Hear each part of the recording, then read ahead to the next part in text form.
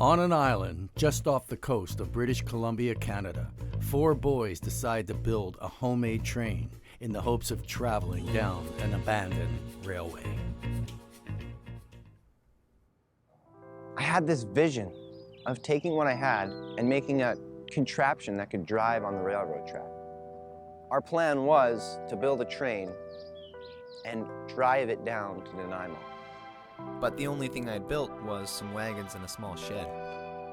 So building a train completely out of wood seemed kind of impossible to me. During this time, my uncle decided to give me a welder, and that's when I realized welders were amazing. I built a few projects just to get comfortable on the welder and to make sure I had the best chance of building this train contraption. And then I started planning. And once a plan gets on paper, it's a plan. I'm doing it. The first plan came from my cousin Brandon, which its design was a wheel on the top and a plate on the side to keep it on the track. But it was terrible. Didn't work a bit. Right away, I scrapped the plate for a wheel, and we did another test.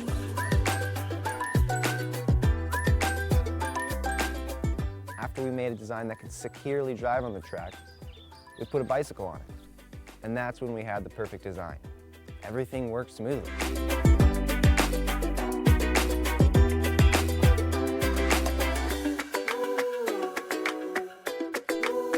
We had a problem though.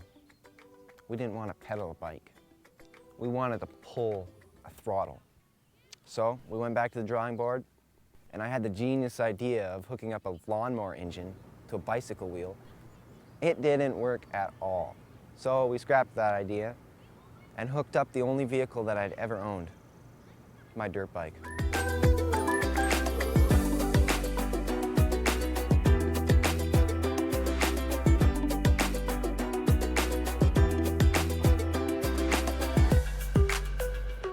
We could finally sit back, relax, enjoy the ride, but there was one thing stopping us from going on this trip. And since we had been spending 9 months building this machine, winter time brought the snow, and the snow meant we couldn't test anything on the track. So we waited, and 4 months later, we were back. The snow was gone, and we had redesigned the whole train during winter time to fit the dirt bike better.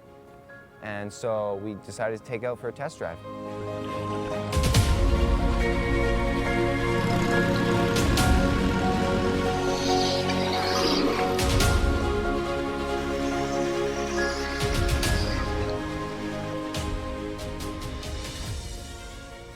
And that's when we hit another major stumbling block. The wheel taking the most pressure, the one on the front right, because the dirt bike was positioned on the left, melted.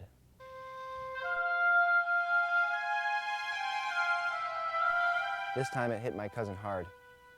He didn't think we could do it. We had spent over 9 months building a machine that just breaks. But I wasn't going to give up.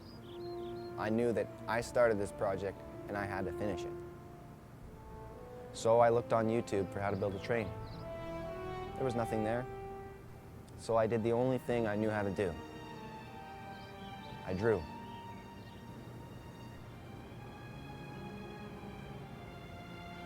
After another 5 months of painful waiting and building, we finally had what we thought was the perfect design.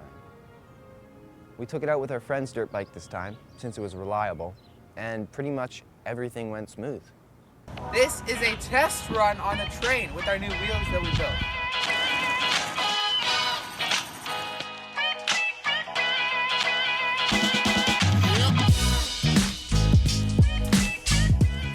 We tested it again with its new raised axle, and everything worked perfectly, except our driving skills. We were going about 35 kilometers an hour when we hit a patch of dirt that went over the train track, and the whole train popped up. We went flying off the track, and the train went flying off the track, and the dirt bike got a hole in the tire. And so we stashed the train and ran to the nearest crossing to phone my dad to pick us up.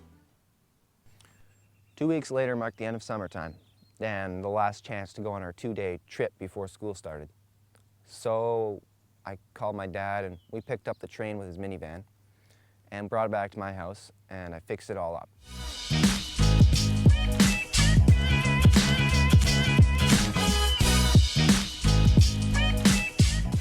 Then I invited my friend Jacob, who had a drone, and his brother, and we loaded up the train on my dad's minivan and drove to the nearest crossing, and we took off.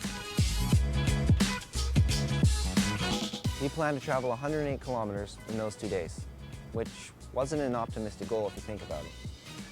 9 kilometers an hour each day would have gotten us to Nanaimo. Which brings us to our last point. We didn't make it to Nanaimo. In fact, we weren't even close. Our wheels didn't hold, and even though we never gave up fixing them, time caught up with us and we had to go back to school. Although we made a lot of bad designs and we had a lot of failed test runs, I wouldn't have changed a thing. It was fun. If I was to do it again, I would change a lot. I wouldn't use terrible train wheels, and I wouldn't use a dirt bike.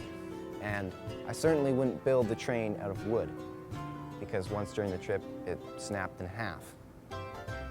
I would also make it 2 stories high with hammocks. But all in all, it was a good experience, and I learned quite a few valuable lessons from it. But the one that stuck out to me the most was to grab hold of your dreams and just go for it. Do it.